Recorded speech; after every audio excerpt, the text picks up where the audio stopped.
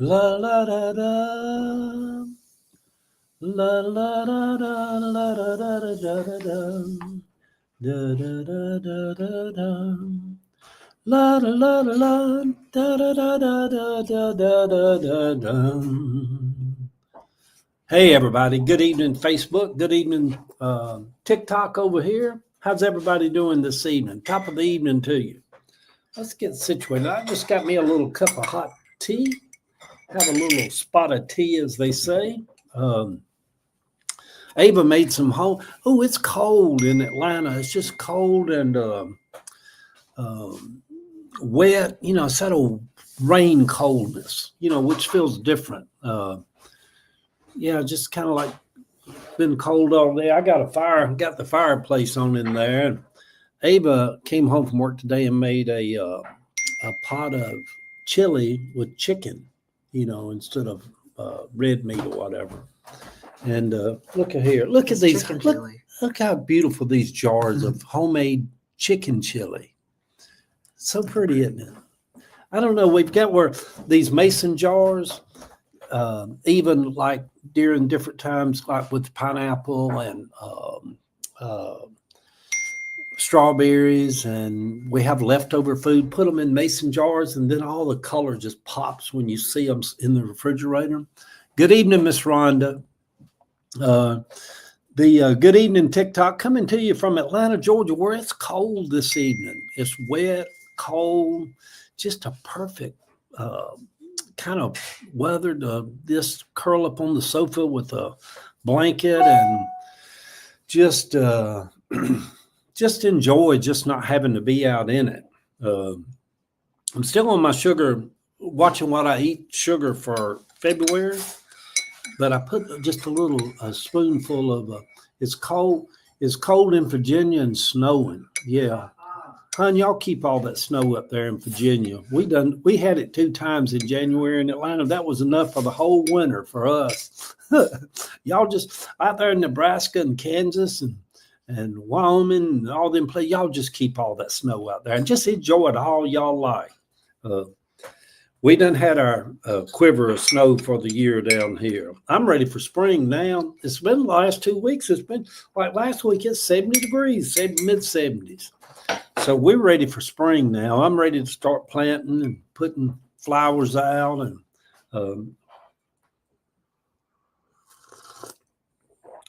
oh, that's good. Y'all, the last couple of years, I've been drinking this throat coat, slippery M tea. It's an herbal tea. You can get it at Kroger and wherever they sell the Starbucks and all the other teas and coffees or whatever. Um, Oh, it's so good. Slippery M. And then you can Google it on, well, not Google, but if you TikTok Slippery M herbal tea, you can just read all these testimonies about how it really clears you out and helps your digestive system. And oh, thank y'all for the gifts over on TikTok. Look at y'all coming on in the room. Come on. Uh, let's get several more hundred up in here. Uh, but good evening, everybody. Hope everybody's doing well today. We're all dealing with the coup that's going on in the nation. However, we all deal with it. I don't want to come on here tonight and just blah, blah, blah, blah, blah. Trump sucks. Trump. Let me get it out right. I've done got drunk on this tea. Um, but we are in the midst of a constitutional crisis in our country, an uprising, an overthrow of our way of life, our way of governance, our I can't either, Miss Kathy. You know, it's just weird times we living in, but it's kind of like walking through the fire. There's no sense in walking back into it. Just keep walking through the fire. We'll get to the other end at some point. But anyway, yeah, it's just kind of weird living through weird times right now.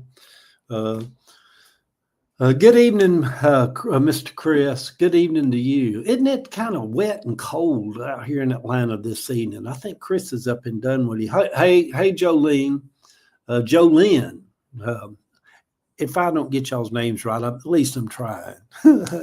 I've become real sensitive about people's names, though, because during the campaign, I thought it was so insulting that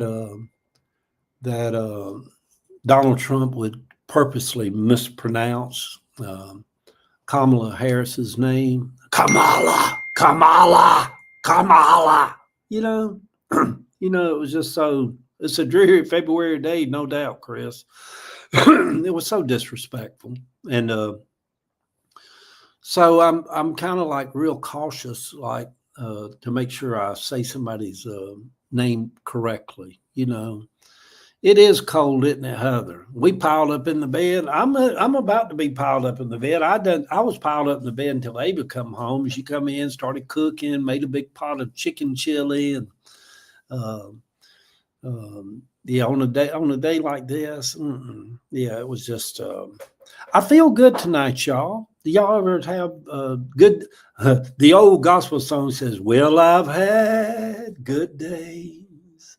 Oh, but I've had those hills to climb, and I've had sad days, and then a weary mind." My Aunt Lottie used to get up, and that was her song. She sang it, and she's singing, "But when I look around and think these things out loud, all my good days outweigh my bad days. I can't complain." So, yeah, but today's a good day. We've been dealing for the last 8 or 9 months with trying to get my daughter Heather's house built back. I mean, literally built back. It caught on fire. And I think we see things differently. But you seem very respectful, and I appreciate that. Oh, please, JS 0987, don't tell us you're on here because you're proud that you voted for that convicted sex offender. Lord Jesus, help him, Lord. He knows better than that. He's just bound by the devil.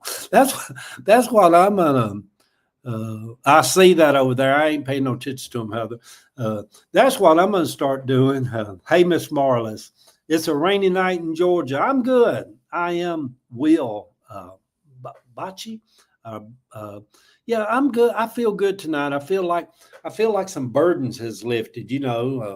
We just been through the gamut trying to get these people to get Heather's. They're making about $150,000, and we're trying to get them to get this house ready where she can get back home. And, we all just kind of go through different things. We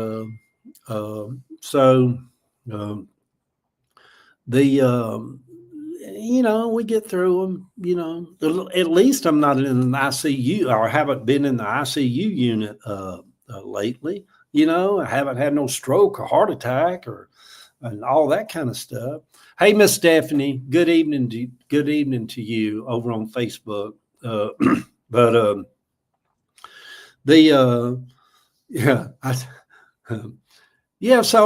I'm just kind of for about the first month after the election loss, man, it's just like you just feel the weight of all that on you. And I guess in time we just take a deep breath and like, yeah, it is what it is. A storm is coming to Illinois, lots of snow. Yeah. Marla's up there in Illinois. Y'all just keep all that snow y'all like up there.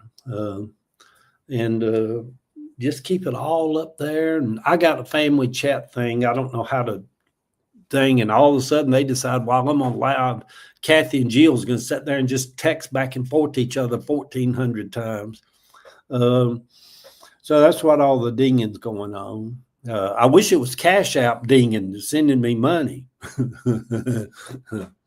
So I had somebody, hey, y'all, I ain't going to go over into that. But anyhow, I'm feeling good tonight. It's cold. It's rainy. They got flash flood warnings out for tomorrow and Friday, I think. And they're expecting a whole big wave of more and more rain to be coming through Atlanta. When you go from like being 75 degrees in the afternoon to all of a sudden it's just cold and wet, and it's going to be, I think they said next week down in the 20s. Thank you for the rose, y'all. Thank y'all for the gifts. Thank y'all for the hellos, the taps, the hearts over on TikTok. Good evening, Facebook. Good evening, YouTube and Instagram. So here's I just come on here to I told married women, Rainmaker says, to Google Save Act. Yeah.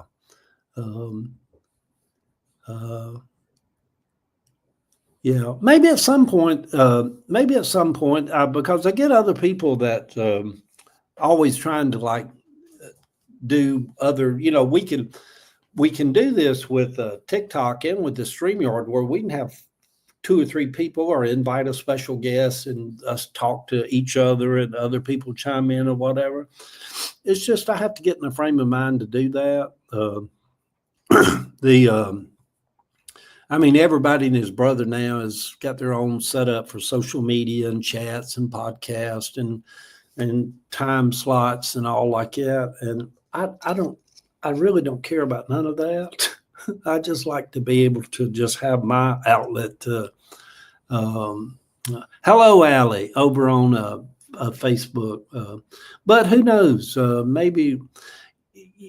Thank y'all for the hearts over there. My thing is I've realized even when I started on TikTok a year and a half, 2 years ago, and then I went into the campaign mode of it, went viral a couple of times. Actually, I went viral before the campaign because I was sitting in my yard one time and it's still way, way down back in the beginning of my TikTok page, where that the people had the man and his wife that Chrisley knows best.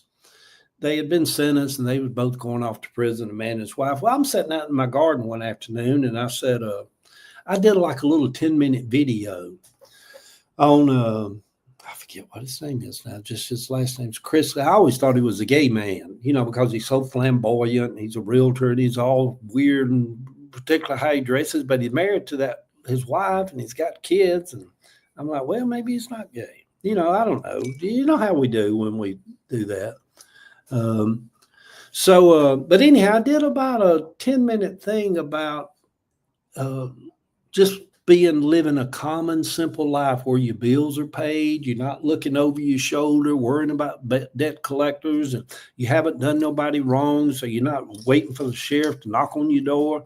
And I did about and I wasn't saying anything negative about them. I'm like, but here are these people, and according to when you watch them on TV, hey, Kelly, I said, and I know a lot of people love him and his wife and his daughter. Of course, she's a big Trump. They're big Trumpers. The Chrisleys, they Trumpers. Yeah, I'm suspicious of anybody that says, oh, I love Donald Trump. I'm just suspicious of them. And y'all know, people that follow me know I don't believe in the devil, but those people are bound by Satan. So I had somebody the other day tell me, he said, if you resist the devil, he'll flee. I said, I got something better than that. If you just don't believe in the devil, you don't even have to bother to resist him. You can just bypass all that. And hey, my cousin Connie over here. Connie, I don't know if you read my post today, but it was about I went by and sat with Danny for a little bit yesterday, and I wrote a little post about my cousin Danny. So, but that's awful. I have so much fun with the devil now because, and where I get that from, I know I'll get back to the Chrisleys in a minute, but where I get that from, when I was raised up in Pentecostal to Holy Ghost tongue talking people, the devil was bigger than Jesus was. Everything be like, oh, hun, that ain't nothing but the devil out there. That ain't nothing but the devil. Somebody backslid, goes, they didn't give themselves over to Satan again. Everything was about the devil. So I hate Miss Dora. So I go, now I don't believe in Satan. I believe it was all just kind of metaphoric and ways of people's beliefs and all the ancient writers. And they, to me, if you want to see just how extremely ridiculous Christianity actually is, just picture this, that God Almighty, the Almighty, Alpha and Omega, the beginning and the end, the creator of all creations, created Satan, and yet he can't do nothing about him. And then at some point, he's going to take and put Satan in a pit, And until then, we all have to withstand the wiles of the devil. And God could just do away with him anytime he wants to, but he doesn't. So, in other words, in Christianity, if you take Satan out of the picture, people say, well, what do you need a God for? If you ain't got an adversary, if you don't have an adversary, then why would be the purpose of God? And people's like, well, if you wasn't a hell to go to, why would you need salvation? It just gets all convoluted. But Satan is AI. Well, I tell y'all, something in my spirit, just back in my 40s, my mama never believed in Satan. And boy, you want to make people mad, you take away their devil. They got to have the devil, because everything that can go possibly wrong in them, that's this old Satan coming at me. Satan ain't worried about you because there is no Satan. There is no devil. There is no adversary. You just run all that swirl in your brain, milk it for all you can. But when somebody told me that, they said, if you resist the devil, he'll flee. I said, I got something better than that.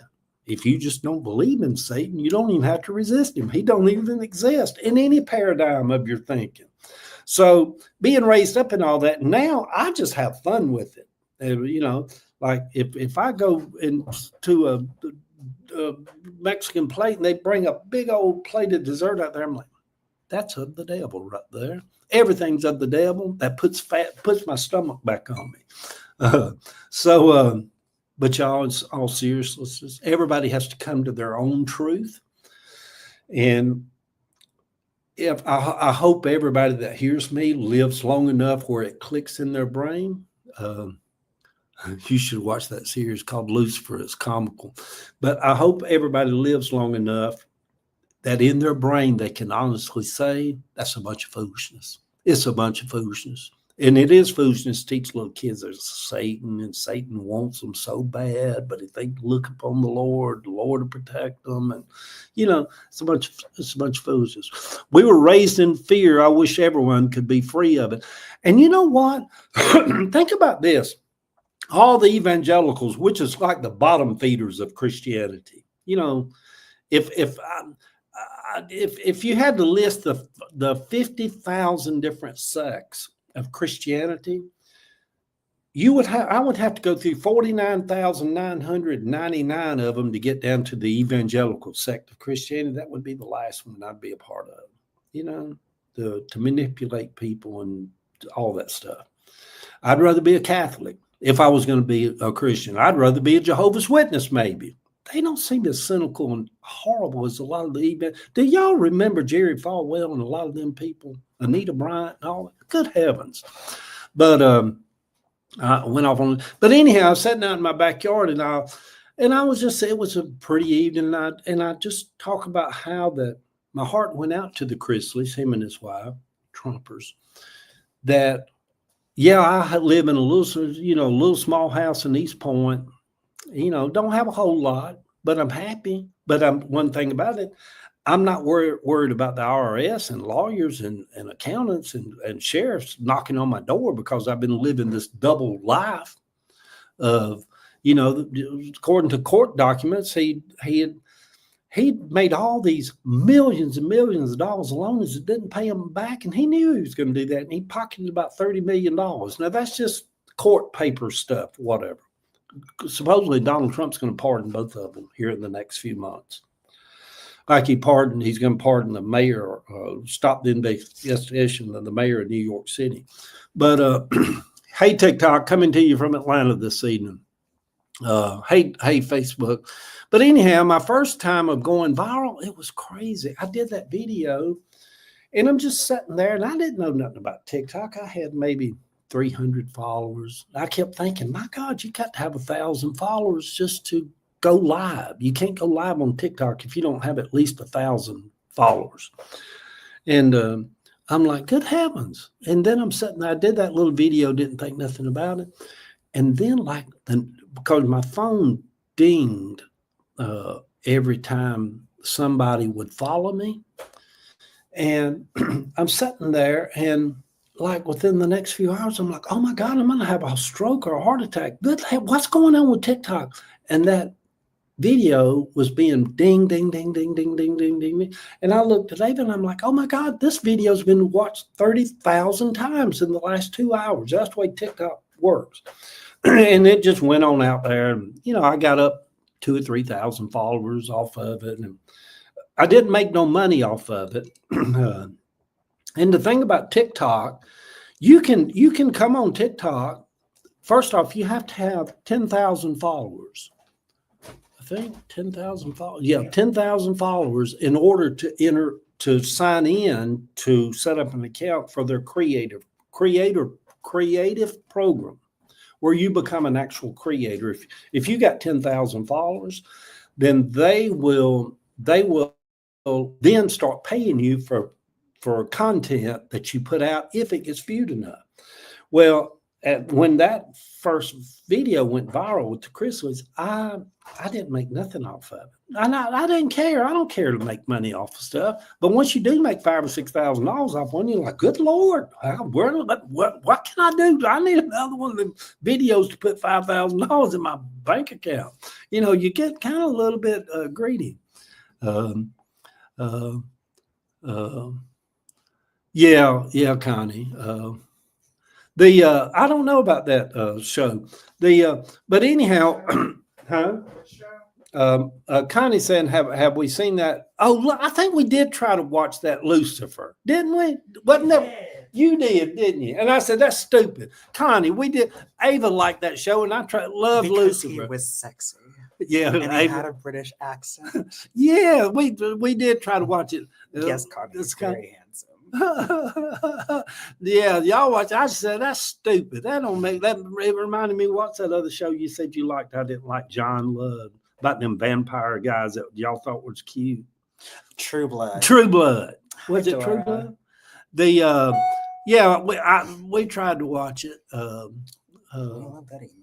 Yeah, I just got an email. Money going in the bank, not from TikTok, from A1 Blueprint. Yes, I'm watching on YouTube. Yeah, somebody, Allie, on YouTube. But Miss Dora says, "Hey, Ava, Hello, Connie remembers Sister Dora. Connie, I've got a lady over here, Adora, and I've always told her I always loved that name. Sister Dora was so sweet when she went to church with us. She thought I walked on water. She was so sweet. But anyway, I forget what I was talking about the Chrisleys, but anyhow, supposedly they're going to be pardoned by Donald Trump. So anyway, y'all, yeah, it is weird. It is weird though that it is weird what I was saying about Satan earlier. Everything was of the devil. Everything was of the devil. And I don't know why it happened to me or how it happened to me, but somewhere over in my late 40s, I admitted to myself, and it's almost like you do it in a whisper. I admitted to myself, now, Eddie, you've almost lived 50 years here on earth. Hey, thank you, Miss Cypress. You've almost lived 50 years on earth. It's okay for you to be honest with yourself. And I said, if I'm being honest with myself, my soul, my spirit, and I consider myself a very spiritually in-tuned person. I said, it's okay, Eddie. Just if you do not really believe in Satan. You don't believe in no devil. You don't believe in demons hanging around. You don't believe in people being demonic possessed. Just admit it to yourself and move on, and don't try to fit in. A lot of times we'll believe stuff or stuff we don't really believe. We keep it to ourselves because we kind of want to fit in, And good evening, Valerie. Good evening to you down there. And I'm not saying anything against people on here, which a lot of you do believe in Satan and believe in, because the Bible says there is. I don't know if the Bible really says that. The men that wrote some of them stories, they obviously believed in some kind of evil energy of Satan or something. But how did you come to that being a pastor at one time? Lexi asks, how did I come to that being a pastor one time? The 17 years that I pastored a church, I never preached that people were going to go and burn in a lake of fire. I just never, that just to me, that was just had a disconnect in my brain. That a loving God that's in total, John says, he was in the world and the world was created by him, and without him was nothing created. I couldn't have a connect in my brain where a loving God in the semblance of a loving father could also create a Satan and a lake of fire and to burn his creation, not just for 24 hours, but for eternity, where there would never be no end to their suffering. And I came to this conclusion in this. Do you believe that you cast out demons? Do you believe that you cast out demons? No, not really. What most people call demons, and I know this from being in Pentecostal prayer lines. I had a tip for years. Most of the people that felt like Satan was on them, they needed some kind of medication. You know, I too started deconstructing 2 years ago. Well, good for you, Allie. Deconstruction is a process. I actually think everybody has their own ideas and opinions about deconstruction. I think it lasts until the day we die. Am I there yet? Probably not. If I nurture myself in knowledge and in spirit, as the years go by, if I live another 10 years from now, you'll probably hear a whole different Eddie talking than you hear tonight. Because, folks, it's called growth. It's called growing, maturing, coming to know things. And when I was in my 20s, and I still feel the energy when I speak in tongues, as though I make great jest about it now because it was a lot of foolishness that went on with it also. But hey, Miss Vanita over on I do believe they do need some medication. You know, the Baptists, I had so many Baptists tell me, Baptist people that went to seminary and that were educated, religiously educated. I had really educated Baptist pastors tell me in private, says, I believe them Pentecostals, that's actually Satan speaking through them. That's the devil's language. And they believe that, you know. First off, let's go back to this point. There is no Satan. There is no devil. Speaking in tongues is an earthly human experience that we perceive as being one of the avenues to allow the Spirit to flow out of us. And by the same token, if we went to an ashram in India and maybe they had the mantra, whatever the Hindu and the Buddhists do, me and I even went to a Buddhist place one evening down here on 14th Street by Atlantic Station. Y'all do. And I think you have to be spiritually minded to flow into that. Somebody says speaking in unknown tongues and lying in English. Yeah. But Ava and I went to a Buddhist gathering on a Thursday night or something, a fancy little building down here in Atlanta. And there was about 30, 50 people there. They sat around there. I never had been to one. And they're like, well, this is how we're going to chant now.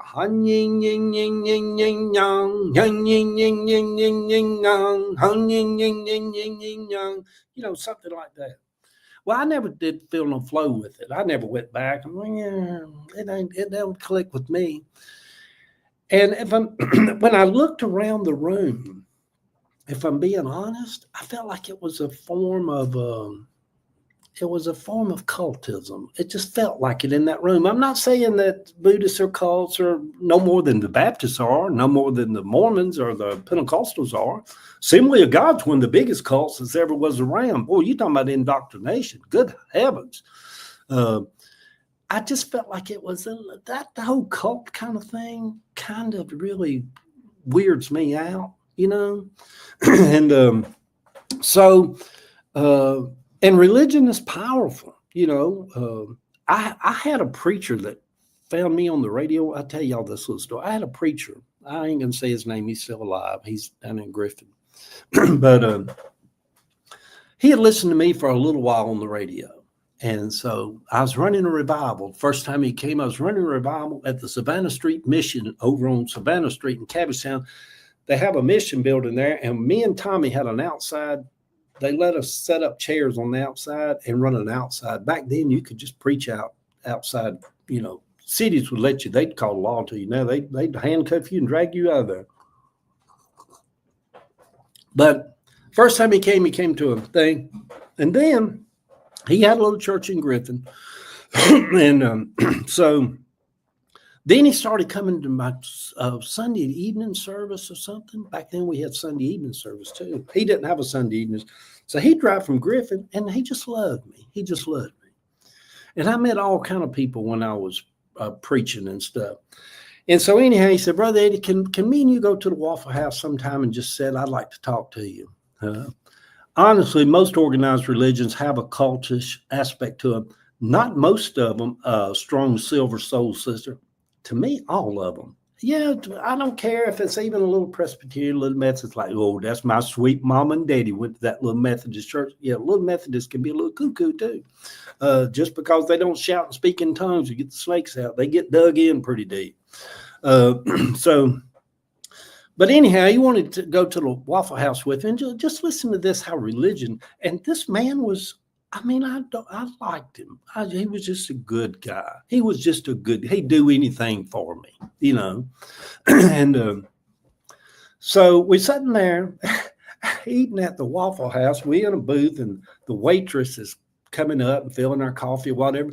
Well, just as she's coming up to refill our coffee, she's standing there, and she hears him tell me, Brother Eddie, I've been in service where I drank so much battery acid that I forgot that I drank it. And when I got back home, he'd go up to Cartersville in Rome in these little rattlesnake churches. You know, all his buddies was up in there. He said, I drank so much battery acid under the anointing that when I got home, I forgot that I drank it and said I kissed my wife and made her sick as a dog because she got that battery acid in her mouth. I'm like, Lord have mercy. And that waitress lady poured our coffee. She looked at me like, y'all need to leave. I could tell she was just terrible. It's just like it just froze her brain. Well, it did me too. I never would have suspected somebody like him would be drinking battery acid. But y'all, it's all kind of twistedness out there. You know, just people get so twisted in religion, you know. And here's the thing about it is, I don't care where you go to church at, it's not based upon Jesus, because Jesus didn't fool with churches except to speak against them. I don't care what your preacher is, what he's preaching. Jesus did none of that. And listen to this right here. Jesus said, who the Son set free, or who's really free in spirituality, is free indeed. Of all the 49,000, according to Google, different sects of Christianity, oh my God. Amy over on Facebook says, scattered, smothered, and covered with the side of battery acid. Yeah, I remember that because I just remember that lady probably looked at me and said, look, that man right there, he's handled snakes too. I'm like, no, I would never handle a snake. You throw a snake around me and I'll take off screaming like a little 10-year-old Savannah running from a snake. Scattered and smothered and covered with the side of battery acid. But if you think about having freedom, what greater freedom? Here's the point I said all this, what I wanted to tell you. What greater freedom could a man or woman have than to be free of any idea that Satan exists? And when you come to this truth that there is no demon, there is no devil, there is no Satan, you're free. You're free. Because there is no hell they can put you in. There is no lake of fire that you got conned into. There is nobody out there to try to snatch your teenage kids away from you while they're out there driving when we were sick over them when they're 16 out there coming home at night. Oh, that, the Christians love this. Oh, listen to this now. This will get you. Christians love this. All the thief come up to kill, steal, and destroy, to try to destroy everything you work on. My God, I'd hate to have to go through life thinking everything I've got, I have an adversary that's trying to destroy me all the time. Y'all, it gets tired. It ain't real. It ain't real. I often think these people have issues with self-regulation. You know what, Angeline? They need that to harness them. I've had this said to me a lot of times. People in the church and in Christianity say, "Oh, if it wasn't for the Lord, I might have been out there robbing and killing." I can't say the R word, women. And I'm like, my God, if it wasn't for the Lord, you'd be out here robbing and stealing and carrying on like that. It's only through the love of Christ that you can be a decent human being. What kind of people are you? And it's to me now when I hear that, it's kind of creepy a little bit. It's kind of creepy. Yeah. It seems like indoctrination to me, brainwash. Yeah. And so, but Jesus said, and to me, just like I love the writings. I have books in here on my bookcase of Dr. Maya Angelou. I love her sayings about, when they show you who they are, believe them the first time. And, I think it might have been her, but the person who says, you won't remember what people said to you, but you'll always remember how they made you feel. And just as I love these great sayings of Dr. Wayne Dyer and Dr. Maya Angelou and other great people, I love the great sayings of Jesus. Where Jesus said, love your neighbor as you love yourself. He said, do good unto them that would use you and despitefully say things bad about you. Just be kind back to them. And, his sayings were, when Jesus would say things like, it's more blessed. Yes, strong silver soul sister. Oh, she's the only writer I ever stood in line for 4 hours. Strong sister soul, Maya Angelou. Only person that was ever a writer. I stood at a line for 4 hours to get her to sign a book. I just wanted to be in her presence. If Jesus was down here signing books, I'd go stand for 6 hours in a line to get Jesus to autograph my book of Matthew, I guess. She is the best. I love her. And so I just kind of, of course, I turned 70 in September, and I started my, what they term now deconstruction. And deconstruction simply means that I saw her speak in person. Oh, my God. That to be made. For those of you that don't understand deconstruction, if I just give it to you on old country behind the barn, the woodshed language that you could understand what deconstruction is, it's for all the bullshit that your mom and daddy poured into you as a little kid about God that makes no fucking sense. Somewhere along the line, you have to start peeling that onion like, yeah, that don't really add up to me no more, And people, I know that a lot of people, I had hundreds and hundreds of people email me and ask me this question because I did a video on why I no longer identify as a Christian. Although I still love Jesus, I'll take him to my grave with me. I hope he's real. Do I know he's real? No, not really. Do I feel him? Yes. Is it real that I feel him? It's real to me. So that's why I say deconstruction can last up until our final breath. We're evolving and changing. But when I had hundreds of people, I did a video on TikTok about why I no longer identify as Christian.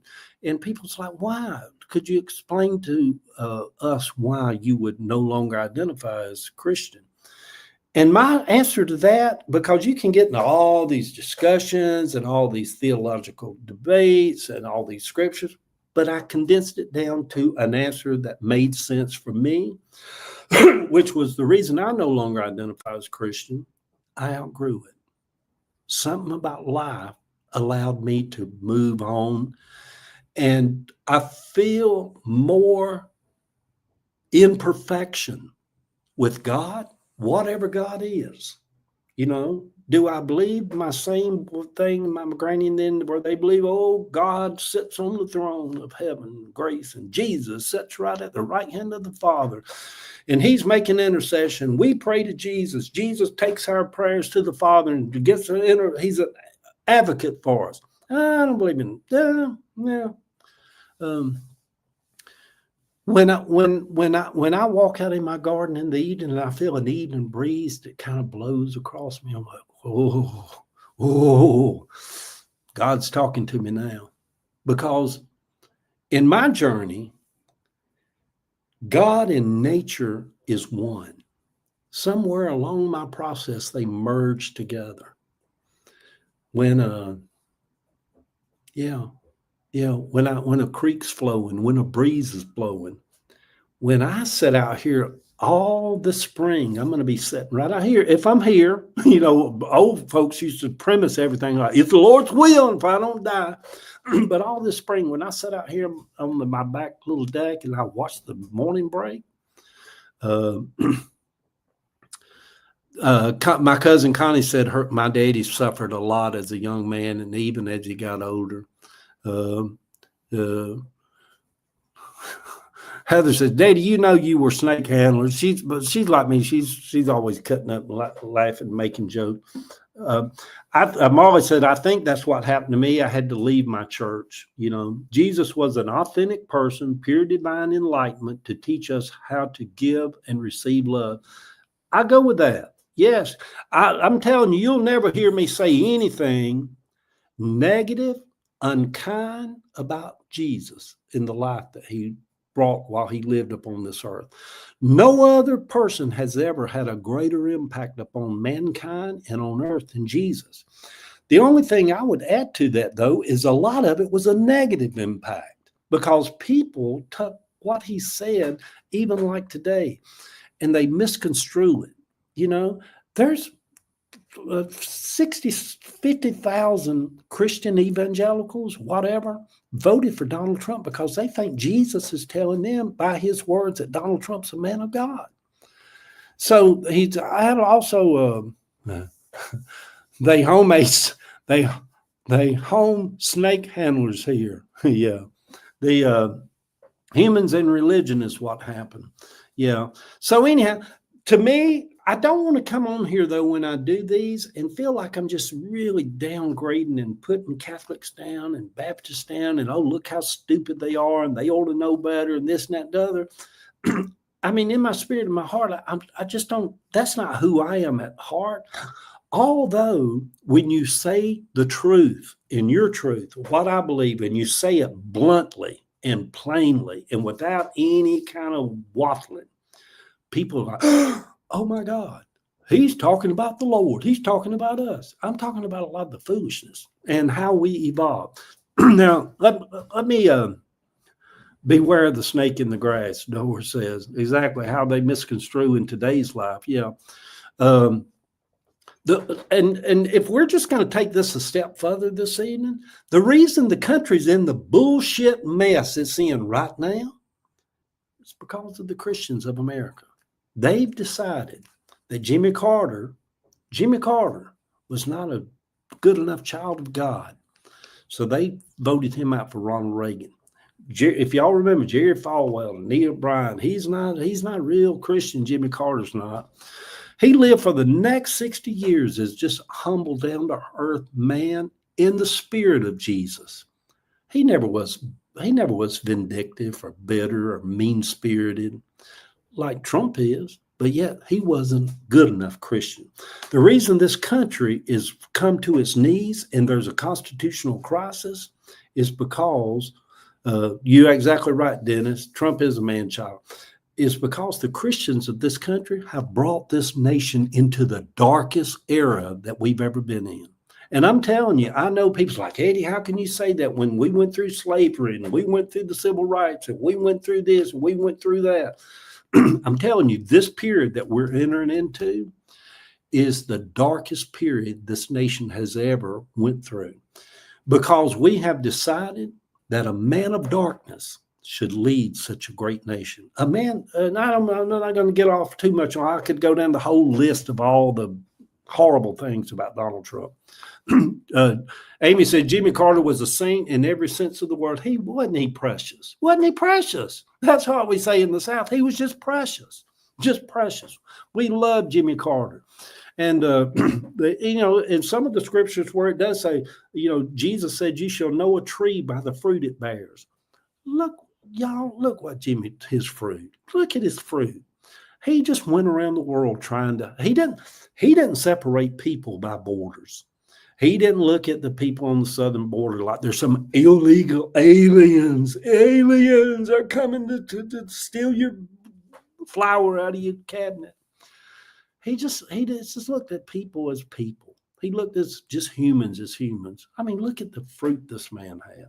So, and I like the fact that Jimmy Carter, he professed he was a Christian all of his life, but he evolved within that. He started out Southern Baptist, which is, he had to get away from that. He said, when they won't allow women to be deacons or pastor of church, in this day and age, he couldn't go along with that. He's even 25 years ago, he stood up for gay and lesbian people. He said, Jesus, and Jimmy Carter's a historian about history. He said, in Jesus's times, you can Google this. I'm not just pulling shit out from under my arms. He said, if you Google in Jesus's times, there was plenty of homosexuals in his day. He never addressed them. There's some things that we could peel back where he did say something about it. But Jesus never said without one single word against homosexuals in his 33 years of walking on earth. Well, if Jesus is not bitching about it, what in the hell is some of these Baptist preachers out of Dallas down here bitching about it for? It's just weird. It's weird. And they voting for Donald Trump. But he did walk the walk, Angeline. So anyhow, y'all, love y'all. Now that I've got one, like back in the day, you get converts. I hope when I do these things about Satan and devils and all like it, I hope if nothing else, I just make somebody think sometimes when they're in their quiet time, like maybe there isn't no Satan, because what would be the point? And y'all, there's not, there's not. Jesus preached and taught love, not condemnation. It's I mean, the thing about it is, if you look at the state that Christianity is in today, it's really died way out in Europe. If you travel across Europe, Trump is a fig tree without fruit. I can go along with that. If you drive across Europe, all the big churches are monuments now. People, just hordes of people go into all these churches in Vienna and Paris and London. Don't nobody go to them no more. Europe kind of let a lot of that go. I think America is heading the same way. If you Google it, churches have been in great decline for the last 20 years. And we still have these mega churches in Dallas and Atlanta and New York, where thousands of people go, Joel Osteen. And of course, it was T.D. Jakes, but since, they say even now he had a double life where he was this big time homosexual. And, that's what they're saying. There's lawsuits all about it now. And that church is plummeting out there. Jesus would speak out against Trump and advocate for public health. Yes, he would. He would. I can go along with that. Good night, Eddie. You're a good man. Good night there. Good night to y'all. Most people, if they knew the history of religion today, might think differently. Yeah. But anyway, y'all, I'm going to get off of here. Interesting, isn't it? Interesting. And most of y'all probably have already figured this out. Good night, Fatima. Most of y'all probably figured this out. I love talking about religion.